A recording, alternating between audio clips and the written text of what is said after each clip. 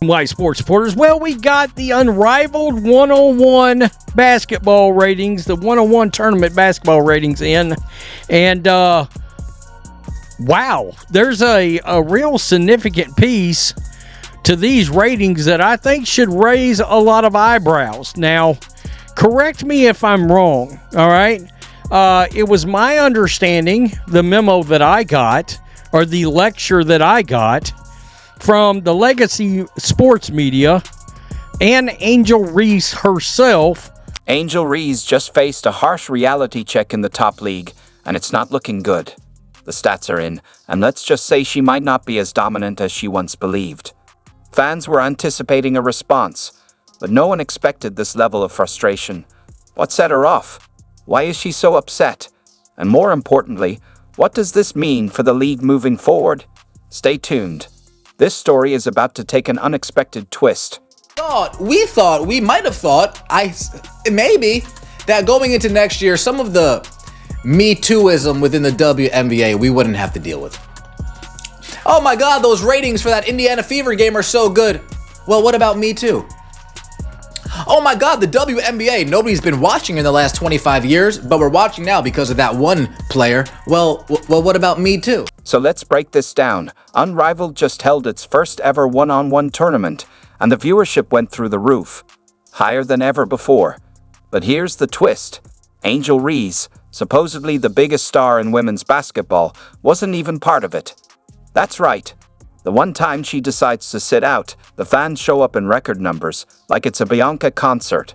If irony had a Hall of Fame, this moment would deserve a statue right at the entrance.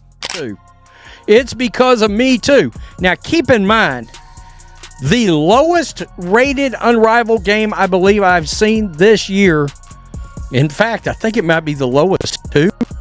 For sure, the lowest one was an Angel Reese Rose BC game. All right? It didn't even break, I believe it was 74,000 viewers or something in that neighborhood.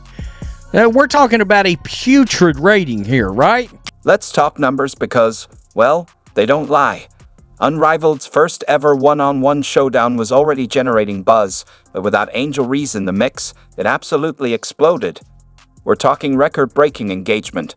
Fans locked in, social media on fire, everything she claims to bring to the game. The kicker? She wasn't even there. And let's be honest, Reese probably thought the event would flop without her, convinced she's the reason the WNBA even stays relevant. But as it turns out, fans showed up for real hoopers putting on a show, not someone bricking layups and sulking about it. Y'all told us that Angel Reese was a big reason why the ratings in the WNBA were where they were at, and it was mainly her. It wasn't really Caitlin Clark. My question is this: well, what's up in Unrivaled? Because every game that she's played in, she's had the lowest ratings. Every game she's played in has had the lowest ratings. Oh, but don't worry, I can already hear the excuses from a mile away. Asterisk, it wasn't the right opportunity for me, asterisk, or asterisk, I have bigger things to focus on. Asterisk, nah, Angel, let's be real. The truth is obvious. You knew that stepping into that one-on-one tournament meant risking exposure. No teammates to cover for you, no favorable calls to lean on. Just you, another hooper, and a spotlight ready to shine on whoever truly had game. You look at Caitlin Clark's game, who's very reminiscent of a Steph Curry, based on her range and shooting the three, plus everything else she does. And then you look at Angel Reese. Stop it.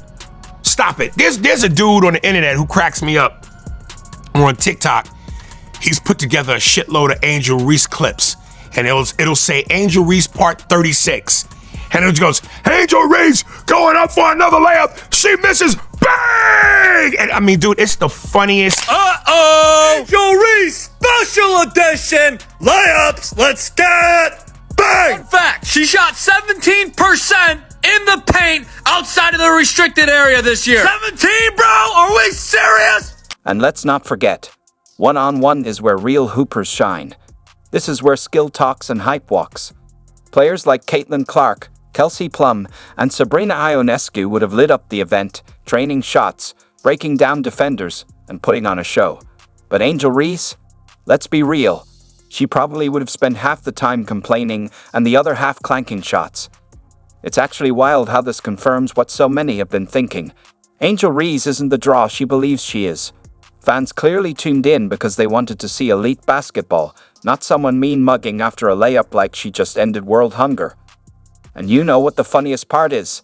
Even though she skipped it, you asterisk no asterisk she was watching, refreshing those viewership numbers, scrolling through social media, realizing that for once, people enjoyed women's basketball without her drama. That's got to sting. There's one name that has the class on their back. There's Caitlin Clark, right? She's carrying Angel Reese and Cameron Brink like this. And then all the other rookies are just stacked on top of those two. That's how it is.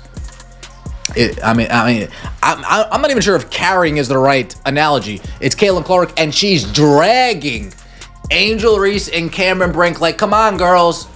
Come on. I'm looking out for you guys. We're going to get this together. Make sure we're going to do this. The truth is, fans don't want fake tough talk. They don't want forced storylines. They want real competition. Players battling it out with actual skill, not just barking for attention. And guess what? That's exactly what they got at Unrivaled's event. Without Angel Reese there to soak up all the oxygen in the room, the numbers spoke for themselves. It was a massive success. It's simple. Angel Reese sitting out might just be the best thing that's ever happened to women's basketball. Maybe she should skip more events. Just saying. And not exporting the game overseas. Yeah, obviously I've never been overseas and I don't ever plan on going overseas. And just talking to some of the other players, like they were like, I'd rather be here than be overseas. Like this is a breath of fresh air, and like who doesn't want to be on Rival? I think at a point it's going to be very hard to get in here. It's going to be hard to get in here, and luckily I was being able to be a part of the inaugural season and being able to get through everything. They've done a great job in year one already, but I mean, years down, it's going to be amazing. Angel, Oh, you love to see it. Unrivaled one-on-ones, no teams, no excuses, just straight up buckets. And guess what? Everybody's locked in. Everybody's watching. Well, almost everybody, because someone decided to sit this one out. Cough. Angel Reese. Cough. See, Angel had all that energy. I'm a star too. I'm changing women's basketball, but now the world is tuning in to see Nisa call your cook. Nafisa Collier, she won the inaugural 1v1 Unrivaled event, and she was speaking afterwards. She said, it just depends if the guys are willing to put their name on the line like that or not.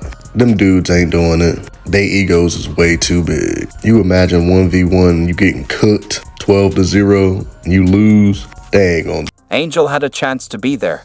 She had a chance to prove she's really that asterisk player. But nah, she passed, literally. Just like defenders pass on guarding her when she's wide open from three. I mean, I get it. Maybe she didn't want to embarrass herself. Maybe she didn't want to get exposed in a one-on-one setting. Or maybe, just maybe, she didn't want that asterisk smoke. But now look, the spotlight moved on, and guess who's shining? Nisa is out here making people forget Angel even exists. She's getting the views. She's getting the headlines. She's owning the moment. Meanwhile, Angel is probably somewhere in a group chat like, asterisk, y'all still talking about me, right? Asterisk. Caitlin Clark, she isn't playing in this first season of the league, but she has said she's open to playing. What is it going to take to get a Caitlin Clark to play next season? I think everything we're doing, for Caitlin, like, I feel like it's just been such a whirlwind, like, coming from college and all that came with that to being in her first WNBA rookie season. Like, it's just a lot to handle, and there's no break, especially for the rookies. They play for like 18 months straight or something crazy like that, just because going from both seasons. And so I know she really needed that little mental break from basketball for a little bit, but all we can do is show her what we have, and I think what we have here is really special, and of course we're always going to have a spot for her, and hopefully we can make it work in the future.